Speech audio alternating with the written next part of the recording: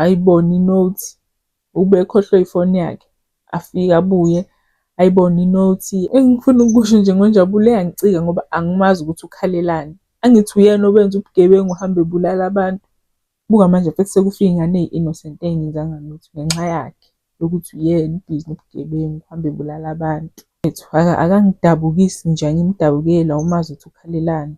Hhayi bese kuNjabulo ayahamba kuSuzan khumbule le ntombazane le etshelwe u-Ajwi, Papa Ajwi uthi akusiyo ingane yakhe ingane kaNjabulo. Ya, ahambe kuNjabulo aye kuyena baby ma wakhe, bafike bakhulume. Afike athi ucela uSuzan amfonelele u-Ajwi ndini. Bese uSuzan okay afone athi akeze.